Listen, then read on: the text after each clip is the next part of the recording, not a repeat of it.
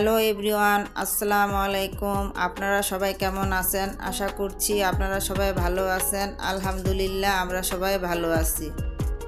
Shirin daily ব্লগে সবাইকে স্বাগতম। প্রতিদিনের মতো আজও একটি সুন্দর সকাল দিয়ে ভিডিওটি শুরু করছি।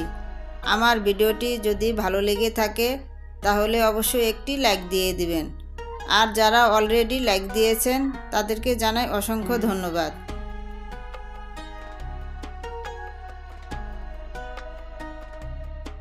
প্রতিদিনের মতো আজও আমি হাঁটতে গিয়েছিলাম। যেহেতু আমি প্রতিদিনই হাঁটতে যাই, তো হেঁটে এসে সকালে ফ্রেশ হয়ে তারপরে সকালের নাস্তাগুলো বানিয়ে নিই। তো চলে এলাম রান্না করে সকালের নাস্তা বানাবো। তো আজকে বানাবো পরোটা। তো পরোটার সাথে স্বাদ মতো লবণ দিয়েছি আর চিনি দিয়েছি। আজকে কাঁচা আটার পরোটা বানাবো। যেহেতু আমি আটাটা সিদ্ধ করে বানাই, তো আজকে আর ওইভাবে বানাবো না, কাঁচা আটার পরোটা বানাবো। তো আটাটাই হয়ে গেছে, এখন কিছু তেল মাখিয়ে একটু রেস্টে রেখে দেবো প্রায় 10-15 মিনিটের মতো।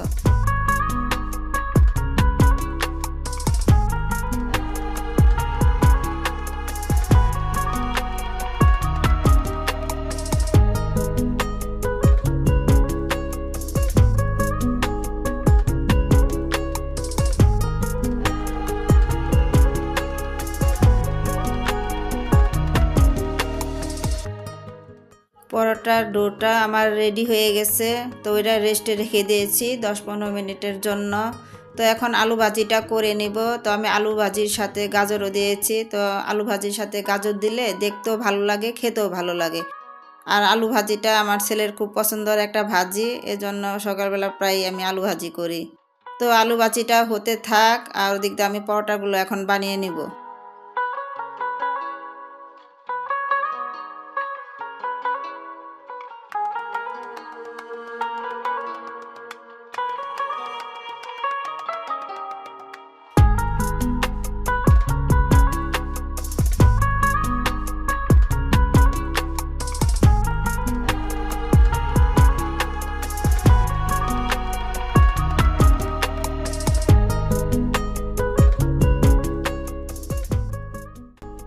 তো আমি যখন পরোটার ডোটা তৈরি করেছি, তখন আটার সাথে চিনি আর স্বাদ মতো লবণ দিয়ে ডোটা তৈরি করেছি।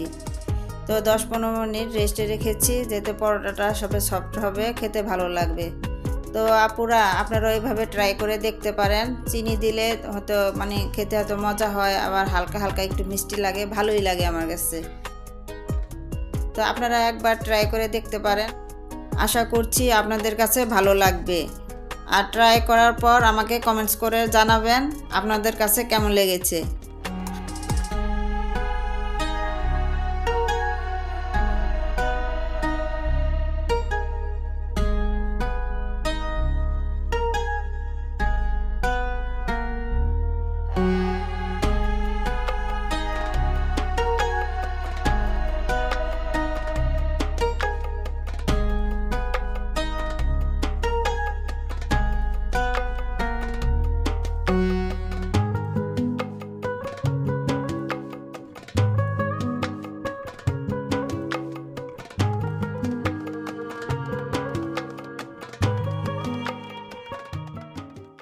আপু ও ভাইয়ারা, কাছে দূরে যে যেখান থেকে এই মুহূর্তে আমার ভিডিওটি দেখছেন, যদি আমার ভিডিওটি ভালো লেগে থাকে তাহলে অবশ্যই একটি লাইক দিয়ে কন্টিনিউ করবেন।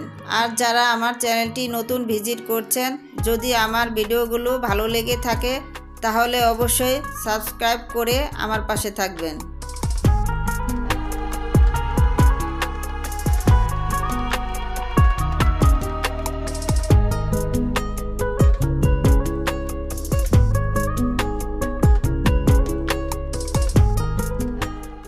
তো সকালের নাস্তাটা সবাই একসাথে বসে করে নিয়েছি। তো প্রতিদিনের মতো আমি যা করি আর কি, সকালের নাস্তাটা করার পরে টেবিলটা আমি ভালো করে গুছিয়ে নিই। টেবিলটা ভালো করে শুধু গুছিয়ে নেই না, টেবিলের উপর যা আছে ম্যাটগুলা ওগুলা সুন্দর করে পরিষ্কার করে দেই। এখন যেহেতু শীতের দিন, বেলা ছোট, এই জন্য কোনো কাজ আলসেমি করে ফেলে রাখি না, সাথেই করে নেই। তো টেবিলটা ভালো করে গুছিয়ে নিয়ে কিছু কাপড় আমি ভিজিয়ে রেখেছি, ওগুলি ওয়াশ করব। তারপর ঘরের অন্যান্য কাজগুলা করব। তো প্রতিদিন দিনে 2-3 বার আমি এই টেবিলটা ভালো করে ক্লিন করে রাখি। তারপর এত ধুলা যে কোথা থেকে আসে, আসলে শীতের দিন মনে হয় একটু ধুলাটা বেশিই থাকে। তো এখন টেবিলটা ভালো করে পরিষ্কার করে নিচ্ছি।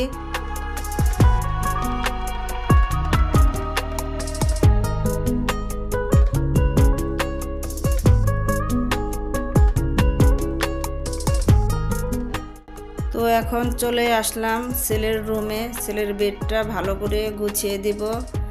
তো ছেলের বেডটা গোছানোর আগে আমার বেডটা আমি গুছিয়ে রেখে আসছি। তো ছেলের বেডটা গোছানো হয়ে গেলে ঘরের ফার্নিচারগুলো আমি মুছে দেব।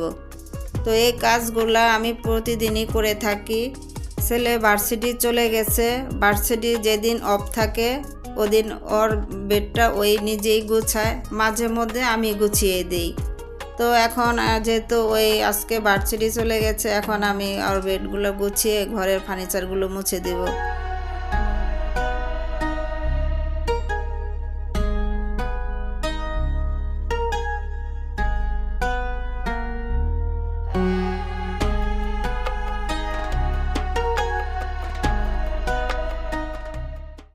বেডগুলো গুছিয়ে রেখে ঘরের অন্যান্য কাজগুলো করে নিয়েছি। এখন চলে আসলাম রান্নাঘরে। সকালে নাস্তা খাওয়ার পর যে প্লেট গ্লাসগুলো হয়েছে এগুলো আমি এখন ধুয়ে নেব। যেহেতু শীতের দিন প্রচুর ঠান্ডা পড়েছে, সকালে পানির কাজগুলো করতে খুব আলসেমি লাগলেও করতে হয়। আলসেমি করে রাখলে দেখা যায় যে আরও অনেকগুলো কাজ বেড়ে যাবে, এজন্য আর আলসেমি করে ফেলে রাখি না, সাথের কাজ সাথেই করে নিই।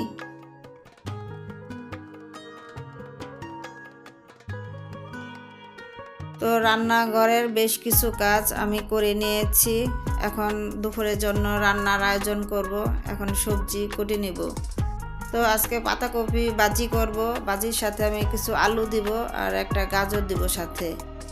এই ভাজিটা আপনাদের ভাইয়া খুব পছন্দ করে, এই জন্য আমি সবসময় পাতাকপির ভাজির সাথে আলু দিয়ে ভাজিটা করি। তো আমি পাতাকপিটা আর গাজরটা চিকন করে কেটে নিব আর আলুটা একটু বড় করে কেটে দেব। তো আপনাদের ভাইয়ার এটা পছন্দের খাবার, পাতাকপির মধ্যে আলু ছোট করে দিলে পছন্দ করে না, এর জন্য বড় বড় করে দিয়ে নিচ্ছি। তো এখন ভাজিটা বসিয়ে দেব।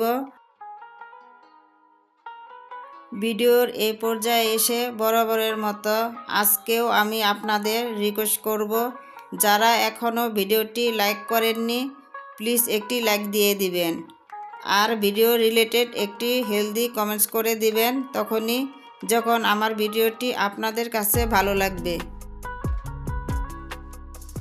আর আপনারা যদি লাইফস্টাইল ব্লগ দেখতে পছন্দ করেন তাহলে অবশ্যই আমার চ্যানেলটিকে সাবস্ক্রাইব করে দিবেন। তো আমি ভাজিটা বসিয়ে দিয়ে এই ফাঁকে ঘর ঝাড়ু দিয়ে ঘরটা মুভ করে ফেলছি।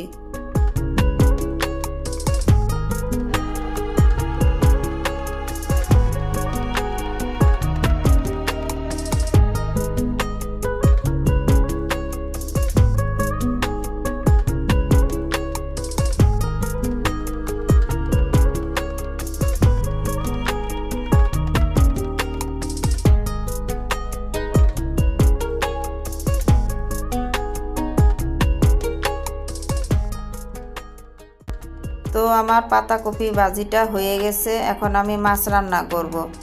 মাছগুলো হলুদ মরিচ লবণ দিয়ে মেখে নিচ্ছি, একটু কড়া করে ভাজবো। তো মাছটা আমি আজকে একটু অন্যরকম করে রান্না করব। মাছটা ভেজে কাঁচামরিচ পেঁয়াজ বেরেস্তা করে ওর মধ্যে আমি মাছটা দিয়ে দিব। তো এইভাবে আমি প্রায় রান্না করি, খেতে ভালোই লাগে। তো আমার রান্নাটা যদি আপনাদের কাছে ভালো লাগে তো একদিন ট্রাই করে দেখতে পারেন। যদি ভালো লেগে থাকে তাহলে কমেন্টস করে জানাবেন।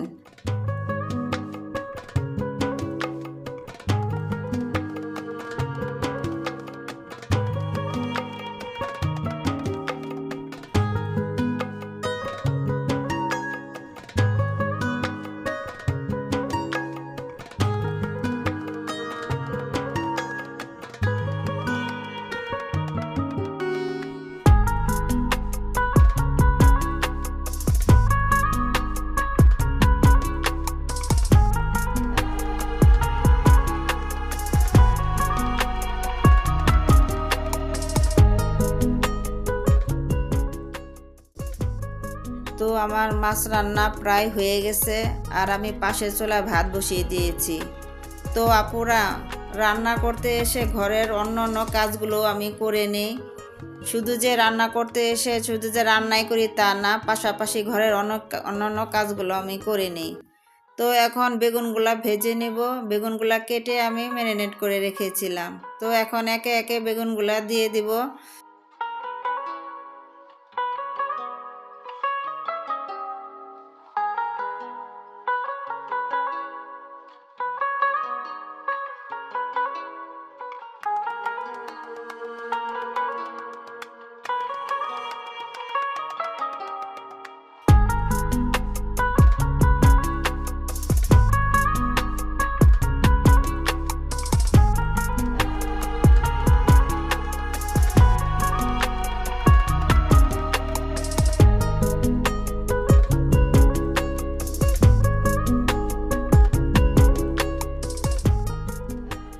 বেগুন তরকারিটা আমার একেবারেই পছন্দের তরকারি না, কিন্তু আপনাদের ভাইয়া আর আমার ছেলের খুব পছন্দের একটা তরকারি।